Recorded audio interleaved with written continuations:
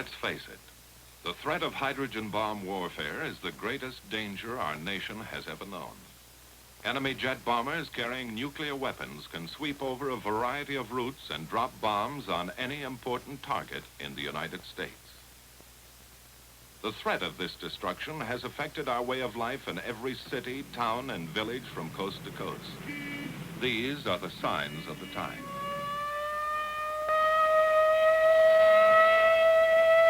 Only in practice now, a rehearsal, a training exercise.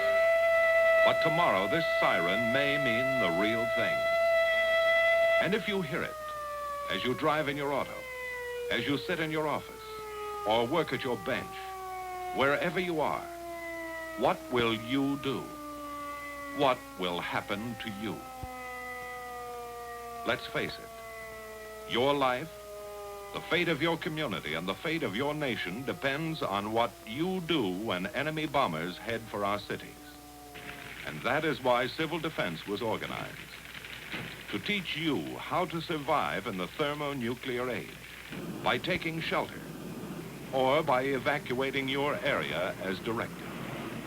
Civil defense will teach you how to take care of yourself, your family, and neighbors, how to get official instructions and act according to plan. In time of atomic attack, the usual professional services, police, fire, welfare, hospital, and ambulance, could be bombed out, too busy, or unable to get to you and your family. Civil defense control points would function as the nerve centers for dispatch of organized assistance to disaster areas from outside the target districts. Every preparation is being made to deal with emergency conditions which would be created by enemy attack. To provide for communication with the public during an actual attack, our broadcasting industry and the federal government developed CONELRAD. This system permits the broadcasting of official news and civil defense instructions without helping enemy navigators find our cities by following radio beams. The CONELRAD frequencies are 640 and 1240 on your standard radio dial. A hazard unique to nuclear warfare is radioactive fallout. Unseen, unheard, and odorless, this substance can only be detected with sensitive instruments. Special training is necessary for radiological safety experts. Their duties will be to check radiation levels in both damaged areas and probable fallout areas. When sufficient warning time can be obtained by early detection of approaching enemy aircraft, withdrawal from key target cities or fallout areas may be ordered by local civil defense authority. The instinct of survival is inherent in all of us, and national survival requires that each one of us assume his share of the responsibility. There is work to be done, and each must cooperate. Opportunities for training with the Red Cross and other groups are everywhere. The combined efforts of many trained individuals are needed to make civil defense a forceful reality. This training is invaluable in preparation for enemy attack or the savage fury of nature. Experience in past disasters has proved the value of advanced training and the need for more stockpiling of emergency food supplies, medicines, and other critical items to care for the injured and homeless. However, it was the awesome power of atomic energy as demonstrated in wartime use that brought to sharp focus the new problems concerning human survival and the urgent need for a civil defense program based on facts about the atomic bomb. Opportunities to gain this information came with the study of structures in controlled atomic tests conducted at Eniwetok Atoll in the Central Pacific. The main objective of testing is weapons development to strengthen national security, but also included are scientific experiments for the Atomic Energy Commission, military projects for the Air Force, Army, and Navy, and defense tests for the Federal Civil Defense Administration, primarily concerned with the effects of nuclear weapons on cities, industries, and people. The tremendous effects of heat and blast on modern structures raise important questions concerning their durability and safety. Likewise, the amount of damage done to our industrial potential will have a serious effect upon our ability to recover from an atomic attack. Transportation facilities are vital to a modern city. The nation's lifeblood could be cut if its traffic arteries were severed. These questions are of great interest not only to citizens in metropolitan centers, but also to those in rural areas who may be in a danger zone because of radioactive fallout from today's larger weapons.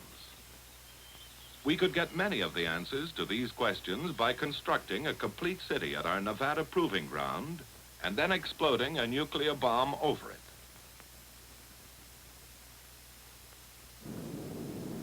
We could study the effects of damage over a wide area, under all conditions, and plan civil defense measures accordingly. But such a gigantic undertaking is not feasible. Instead, we build representative units of a test city, with steel and stone and brick and mortar, with precision and skill, as though it were to last 1,000 years. But it's a weird, fantastic city, a creation right out of science fiction. A city like no other on the face of the earth. Homes, neat and clean and completely furnished, that will never be occupied. Bridges, massive girders of steel spanning the empty desert. Railway tracks that lead to nowhere, for this is the end of the line. But every element in these tests is carefully planned as to its design and location in the area. A variety of materials and building techniques are often represented in a single structure. Every brick, beam, and board will have its story to tell. When pieced together, these will give some of the answers and some of the information we need to survive in the nuclear age. At varying distances from ground zero, the point of detonation, numerous experimental elements are assembled. Underground structures and facilities of various types play their part in duplicating the complexity of the modern city. The vast research program includes testing such items as covering materials, paints, varnishes, plastics, also various fabrics and samples of clothing. On the outskirts of our test city, a synthetic forest has been erected to determine the protective value of foliage and trees.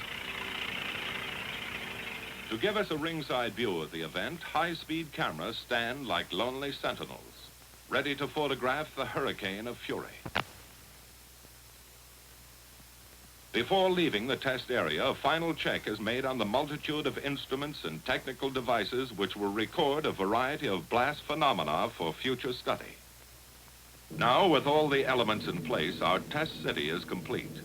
From the air, its center will appear as a bullseye to the bombardier at H hour. On the morning of shot day, official observers, technicians, and scientists gather at News Knob to await the momentous event.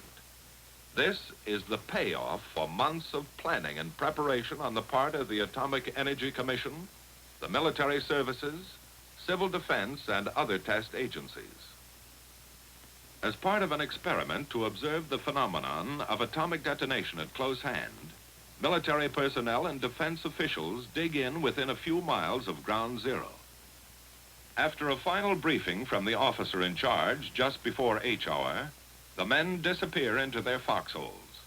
Every precaution has been taken for their safety. They're told to crouch low, shield their eyes, and remain down until the signal to rise is given. Now the moment of greatest anxiety, waiting those last few seconds.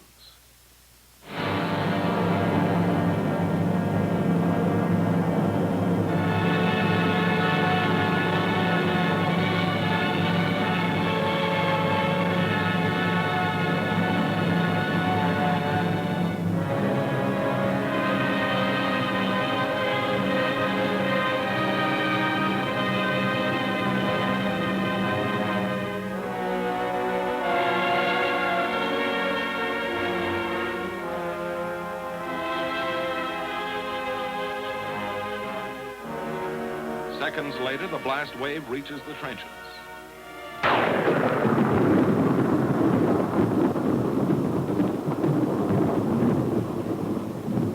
As the tower of smoke and flame looms overhead, one thought is uppermost in all minds.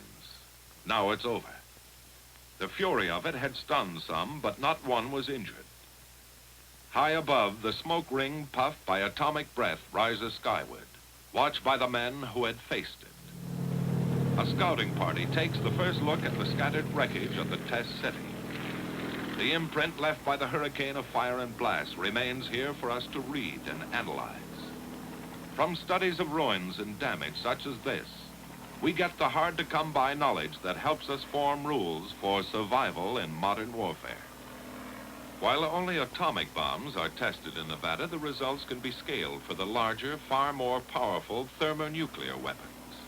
A hydrogen bomb will destroy a greater area than the atomic bomb and will release more dangerous radioactive materials. But the problems of rescue caused by blast and fire along the periphery of damage remain the same.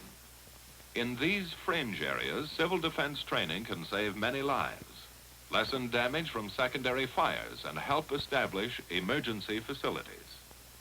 Now, in a helicopter, the radiological safety men measure the amount of radiation. When readings indicate safety for human beings, the troops are led in for a tour of the area. By double-checking with Geiger counters every inch of the route, men can now enter safely and confidently areas spotted with radiological contamination, an indication of the progress made in understanding atomic hazards.